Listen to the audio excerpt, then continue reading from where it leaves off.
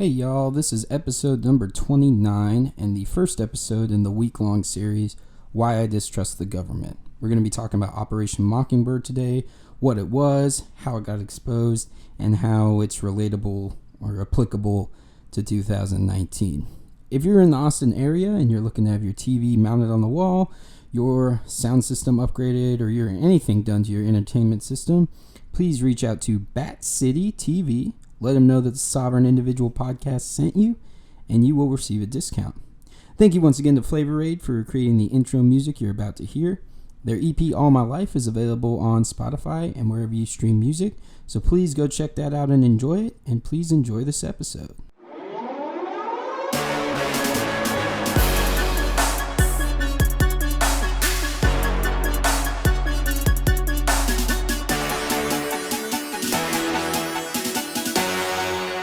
What's up, y'all? This is the Sovereign Individual Podcast.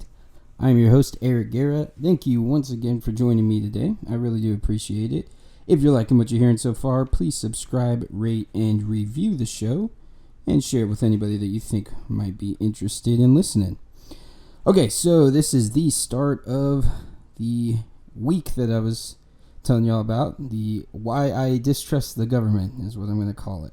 So this is Why I Distrust the Government, Day 1, and we are going to be talking about Operation Mockingbird. So again, like I said, the goal this week is to give just 7 examples of different things that the United States, specifically the United States government, has done that would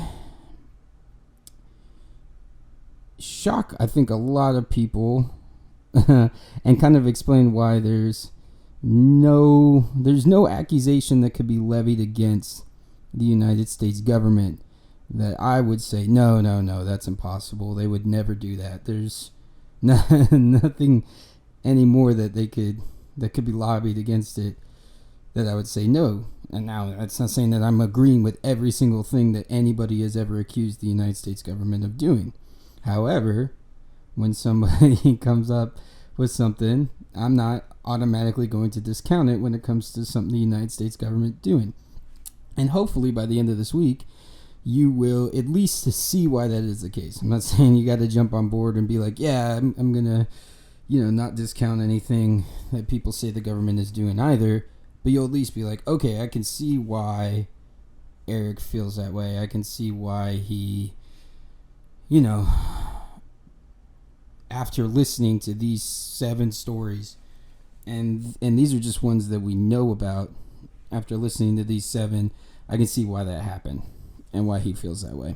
And so, like I said, we're going to start with kind of most believable, and then, most believable upon initial exposure, I guess is the best way to put it.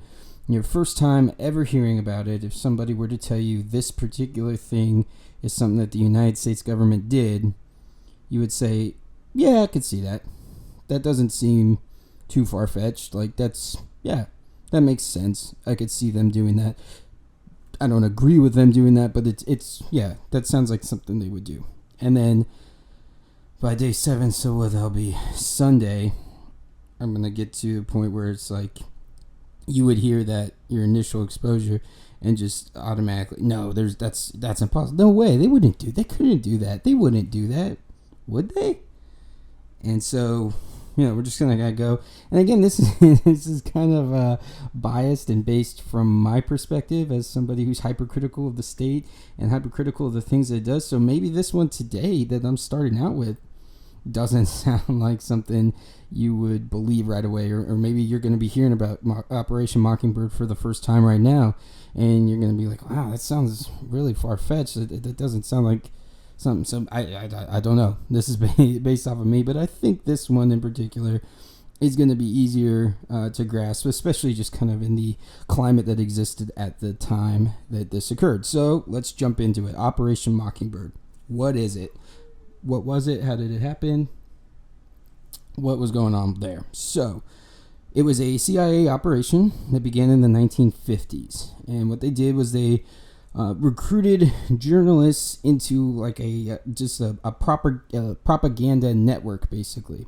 So there was journalists, student cultural organizations, and then magazines that were being directly funded by the CIA. You had journalists that were actually on the payroll of the CIA with the intended purpose of disseminating specific stories that the CIA wanted disseminated.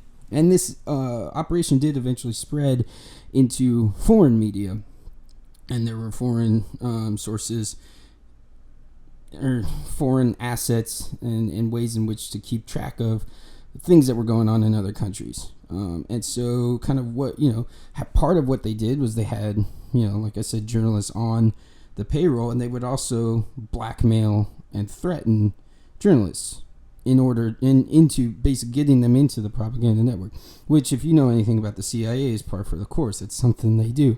That's sexual blackmail, which is kind of a part of the Epstein story that I never really even got into with what was going on. I didn't do a deep dive into it, but that's like, and again, this isn't specific to the CIA. It's not even known for sure whether it started in the CIA as far as government agency uses it.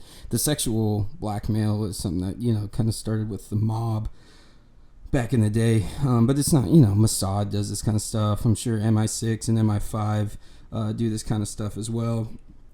And governments around the world do this kind of stuff. So I'm not sure exactly what kind of blackmail was used. I don't know if they used sexual blackmail for Operation Mockingbird to get these journalists on board. But the goal of it, again, was to disseminate specific stories, and it was specific stories to combat communism. So they were, wanting to discredit the idea of communism, discredit the beliefs and the values of communism, and make it out to be bad or reprehensible or evil, in order to, uphold the United States,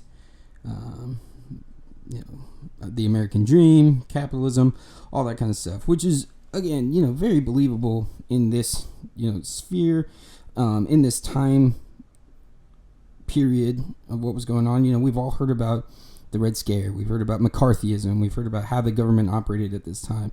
So it's very, I think it's not a far leap to say, yeah, that makes sense that the CIA would be wanting to try to influence the media portrayal of communism.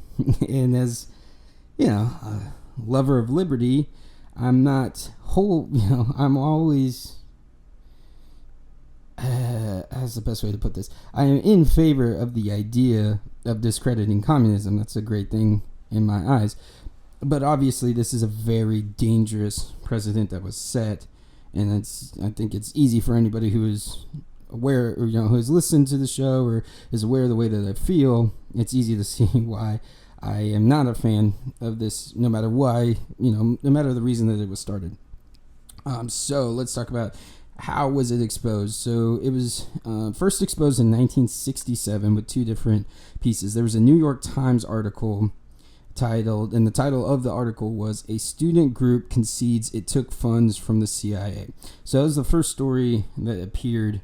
And again, it was just kind of that's how they figured this out. Obviously, the CIA wasn't broadcasting this. The journalists that they had on the payroll or that they were blackmailing obviously weren't going to make a huff about it.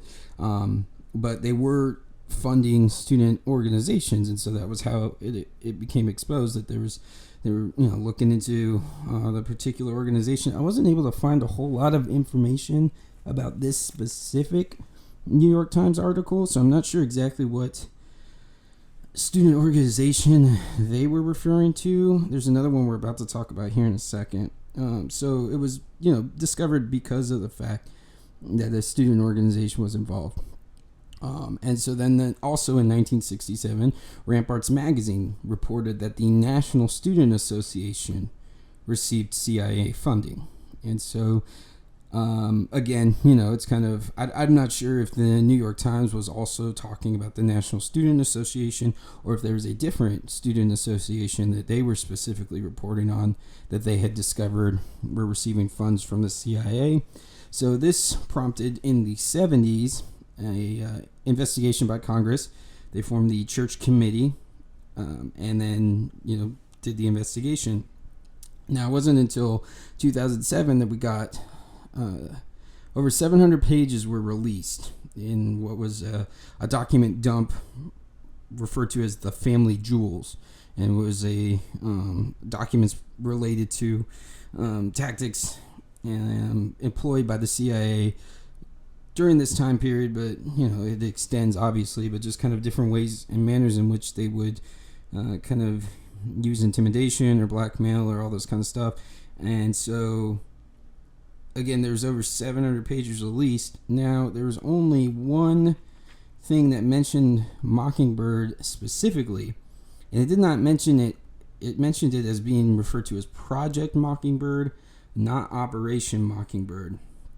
So because there's nothing that has been released to the public that specifically mentions Operation Mockingbird or this specific program, at least by the state has not released any information. There's been no actual denial of this program. It's just one of those, or even like refuting of, denials. There's been denials that the program existed. There's been no refutation of the allegations or was in it, because there's just you can't.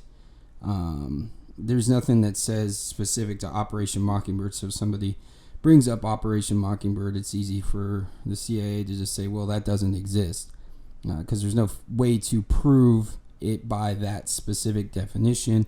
You've only got the fact that there was proof of the CIA funding journalists and these specific student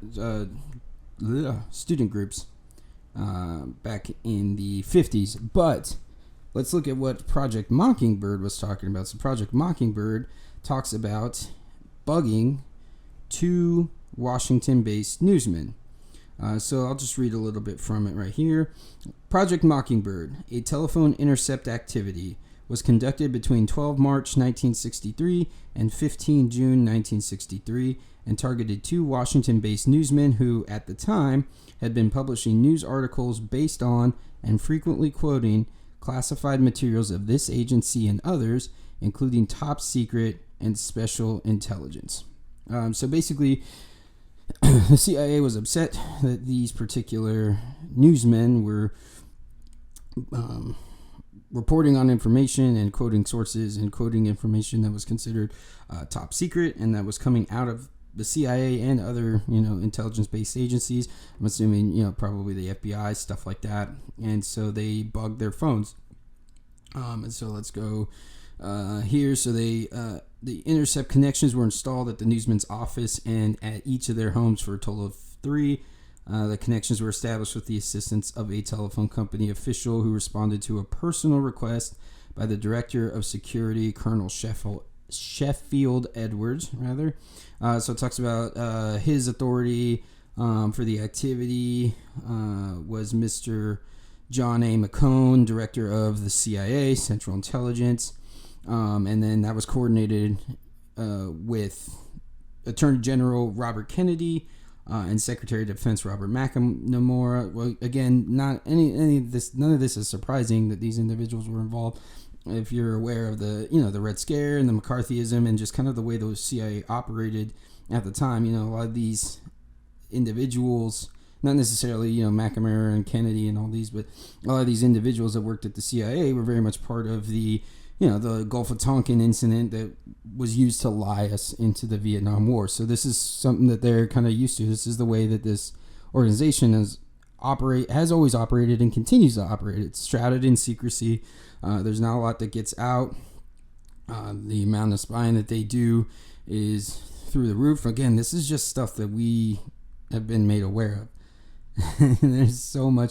There's quotes by individuals who were former intelligence personnel that the amount of stuff that the government is doing that you'll never find out about is shocking as to what they're doing. So again, this is just stuff that we know about, and then this is what is crazy about this particular thing too. This Project Mockingbird intercept activity was particularly productive in identifying contacts of the newsmen, their method of operation, and many of their sources of information. For example, it was determined that during the period they received data from 13 newsmen, 12 of whom were identified, 12 senators, and 6 members of Congress, all of them were identified, 21 congressional staff members, of whom 11 were identified, 16 government employees, including a staff member of the White House, members of the Vice President's office, an assistant attorney general, and other well-placed individuals. A number of other sources were partially or tentatively identified. So, again, this is a scary thing because, where does it leave us? You got the idea of them using this on domestic media members because they're upset with what they are reporting, and then they're able to identify their sources as well. So they're able to identify who in Congress, who congressional staff members, other journalists who were participating in this and who were giving them information. We're all a part of this as well.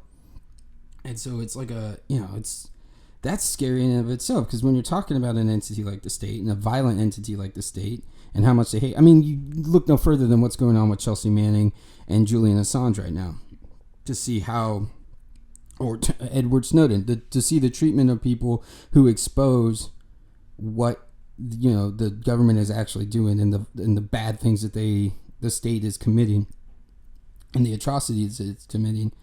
And so this, we're watching them. They're trying to kill, Assange right in front of our eyes. He's being treated horribly.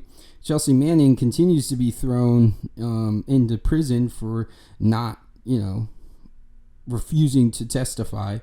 And I think they just said that she's going to be fined $400,000 when she does get out. I believe the judge just ordered that. So again, this is what we're talking about, and this is the government, the state, as it's existing right now that we're dealing with, that is pulling this stuff right in front of our eyes. And imagine if it gets to the point, if it keeps moving down the road towards more and more authoritarianism, more and more power controlled by the state, more and more things that they're willing to do, more and more people that they're willing to kill.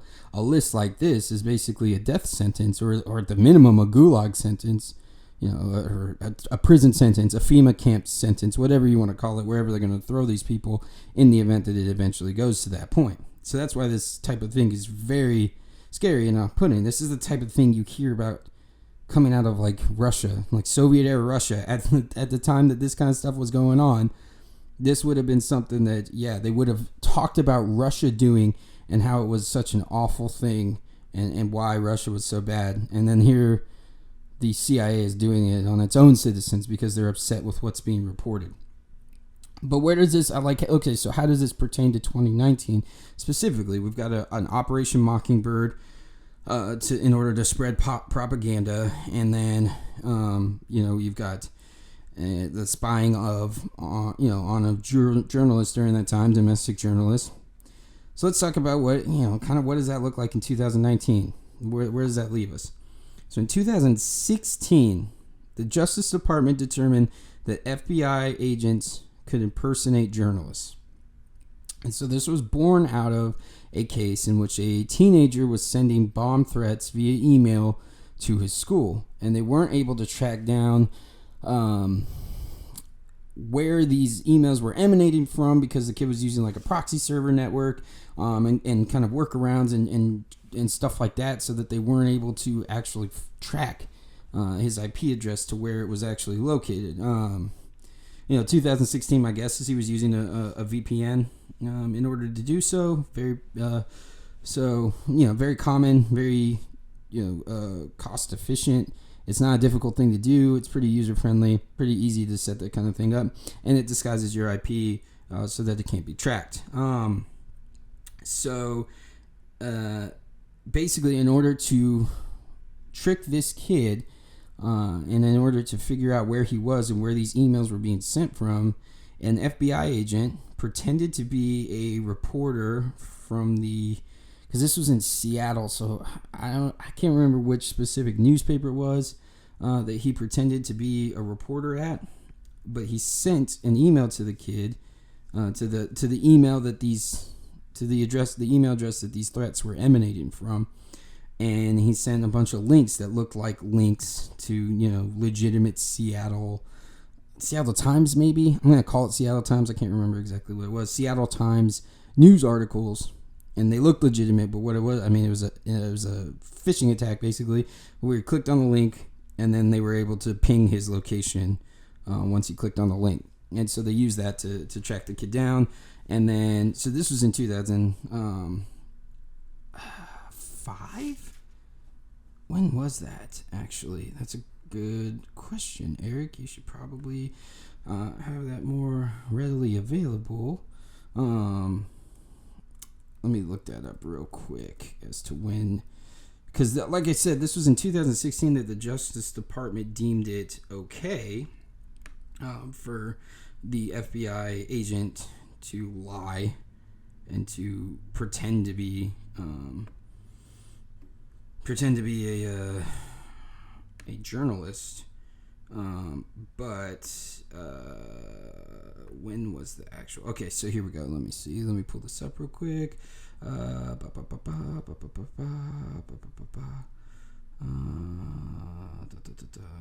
this is the next thing that I wanted to talk about. Okay, so I can't remember exactly when that was from, when the event occurred that they arrested the kid for, but this was later on down the road in 2016 when this came out. So again, as typically does happen in cases like this, and in cases where the government's trying to overreach, the state is trying to expand its power, and the state is trying to create a new power that it can use. It starts with something that most people would be on board with. It starts with the idea, hey, there's this kid sending bomb threats to his school, or somebody sending bomb threats to his school. I can't remember if they knew it was a student right away or what. But they're using this particular thing. They're going to pretend to be a journalist so that they can track down this kid that's sending these and make an arrest and make sure everybody's safe. And most everybody's going to be, hear that and be like, yeah, I get it. That's something that they should do and that they need to do.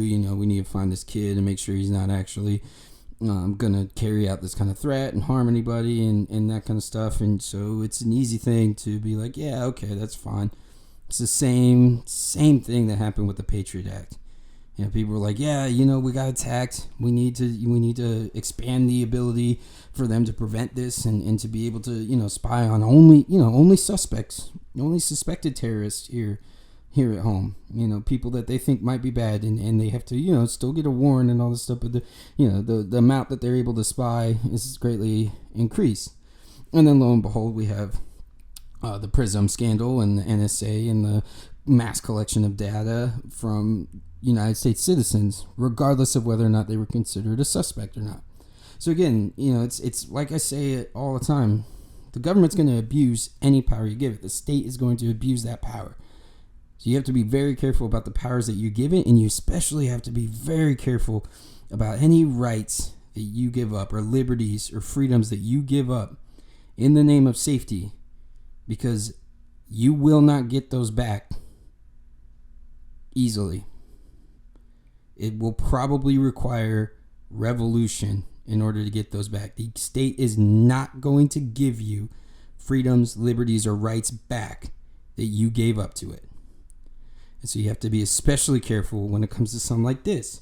When they're using an excuse of like, hey, we need to do this thing so we can protect people. And everybody's like, yeah, okay, that's fine. And we can see that. Just don't abuse it. Well, they're going to abuse it. And so then, where else does that leave us? So this is from 2015. So newly declassified government docs reveal Operation Mockingbird is alive and well. So an agency of the U.S. government was exposed trying to control the public narrative over WikiLeaks in 2011 by influencing media outlets' coverage. And so this was revealed by Hillary Clinton emails released by the State Department, and the emails were from the Assistant Secretary of State for Public Affairs at the time, who was Philip J. Crowley, and they were planting a number of questions and concerns with CBS for a 60-minute piece on WikiLeaks featuring Julian Assange.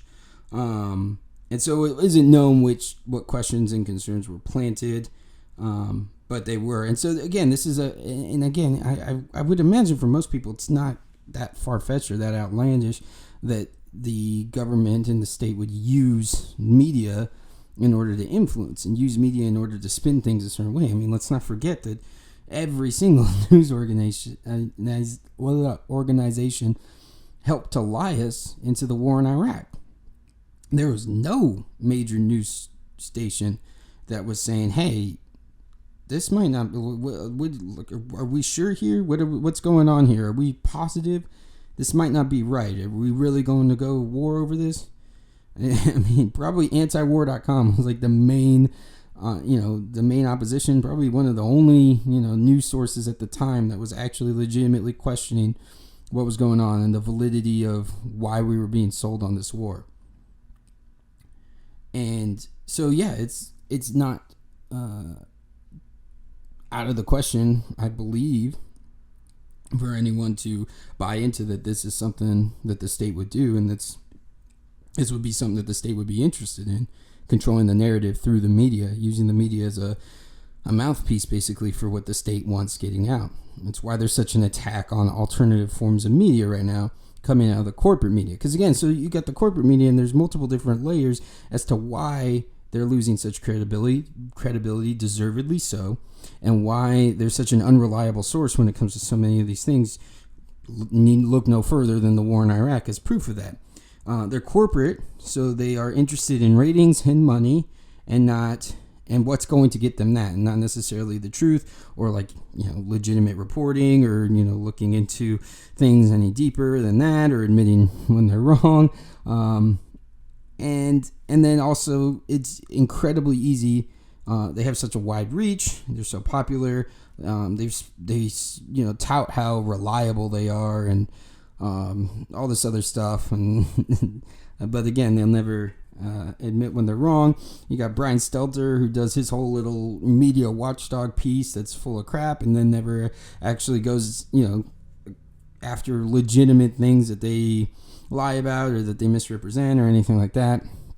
And so you've got this idea built up that these are credible news sources. These are the backbone of American democracy and freedom, and the freedom of press is so important, and that's why Donald Trump is attacking the very foundation of the United States democracy by attacking the press. And meanwhile, they're responsible for Donald Trump being elected. They are the exact reason that he got elected. They gave him billions of dollars worth of free advertisement by putting him on their news stations nonstop, and then lo and behold, he gets the nomination. And then lo and behold, Hillary forgets about 5 states, and the Democrats steal the nomination away from Bernie and instead put one of the most hated people on the face of the earth, and probably one of the only people on the face of the earth capable of losing an election to Donald Trump. And yet we're supposed to feel sorry for them for being a part of that, and also for the decades of absolute crap that they've given us as far as legitimate reporting goes. And so it's very easy, even through all that, they still have this reputation of being reliable and trustworthy and legitimate sources of news. And so it's very then easy for the state to use its influence in order to, again, use the media as a mouthpiece, the corporate media as a mouthpiece, and to disseminate exactly what they want, to spin things exactly how they want. And that's why there's such an attack on alternative forms of media right now, because you can't spin that the way you want, and it can poke holes in the official spin that they're trying to spin. There was I talked about it on here in Venezuela. You had them saying that the protesters were burning the trucks full of supplies at the border, and then you get live videos from people on the ground that they're posting to Twitter, and that's not the case at all. And they're absolutely lying about that kind of stuff.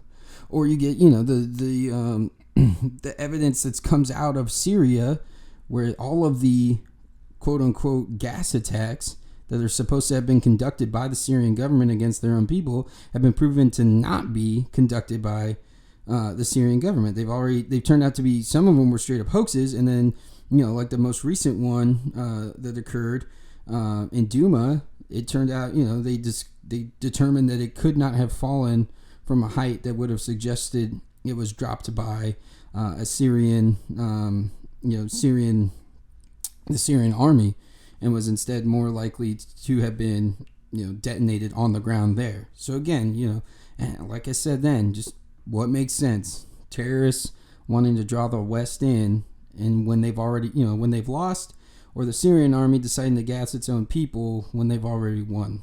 And the media, you never heard the media talk about that. You never heard the media go back and mention Duma again. What they do is they sweep it under the rug and they hope you forget. They hope you forget. And so that's what's dangerous about something like this. That's what's dangerous about an operation like this that's obviously still in effect and still being used in order to spin things a certain way and to make the American people believe certain things and to get their focused on certain things and not on what's actually going on. And you can see it in any time. So, again, there's going to be something now that Jeffrey Epstein has died and pretty much everybody is calling foul on it or saying it's fishy or that it doesn't make sense or something stinks here. There's going to be something that will turn all of our attention away from it. And then the hope is, by the media and by the state, that you never come back to it, that you just forget about it, and that you move on to the next thing in the news cycle.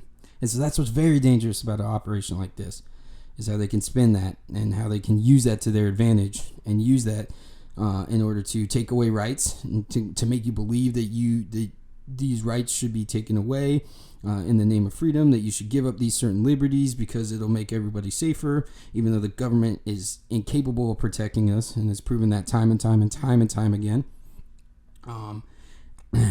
And it's just, it's a scary thing when you've got an operation that occurred like that, was the spying and knowing where that could lead to if the United States continues down this path. And if you're going to be, dissident objectors to the government and the way that it runs are the first ones thrown, into the prisons or into the camps or killed, however it goes down. And you've got something like what's going on in Hong Kong right now, and that's a very scary thing, and it's something to keep an eye on. And that's kind of, again, an example of you got an absolutely state-controlled media there. You got state-controlled internet to where people can't even search stuff. And Hong Kong is going to be an interesting one to keep an eye on for sure. That's very scary what's going on there, what could possibly be going on there. And it looks like the Chinese have mobilized the military to go into there. So that's a very scary thing. And that's the kind of things, again, when you're dealing with the state and when you've given up rights and when you've lost a lot of your ability to fight back and fight against the tyranny of the state. You got an unarmed population there, populace there in Hong Kong, and then you've got a military armed to the teeth coming in that spells really bad times ahead, and that's a very scary thing. And so that's again where an operation like Mockingbird can come in and start convincing people that the state is there to keep them safe and to protect them when the state's going to be the one, coming to kill them when the time comes and when you start demanding some of those liberties and freedoms back that you had given up to it, and it's become so large and so powerful that it meets you with violence in order to strike your ideas down. And that's why we get so passionate about this kind of stuff in the liberty movement, because we know where we came from. This is where the United States came from, fighting tyranny. Fighting in our backyards, fighting, every able-bodied person pretty much. I mean, not exactly, but a lot of able-bodied people fighting for the freedom that they believed in, fighting against the tyrannical government, and knowing that at any time the government that they were creating could get back to that.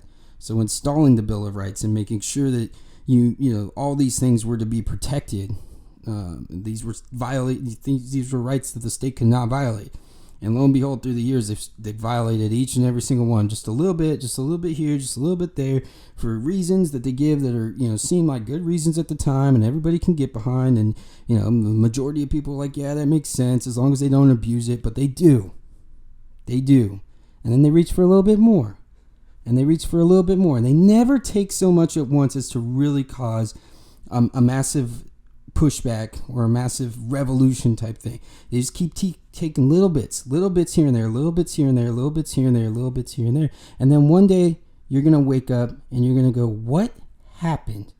Where did all of my rights go? How did we get to a point with a state like this? And if I'm not currently locked up or killed, I will be saying, well, I kind of warned you about the possibility of this. This is what I was talking about. They got to do it little by little by little by little, especially in a country like America. You can get away with being throwing down a hammer fist with China, where you control literally everything. And they have to be real careful about this Hong Kong thing too, because that's the kind of thing that could spread. And that's why it's such a scary situation, why I expect them to come down so hard, because that can spread. And you got a population of over 1 billion people. I mean, yeah, that could get real ugly for the Chinese government real quick. Because no matter how many people you have in that military, there's 1 billion people.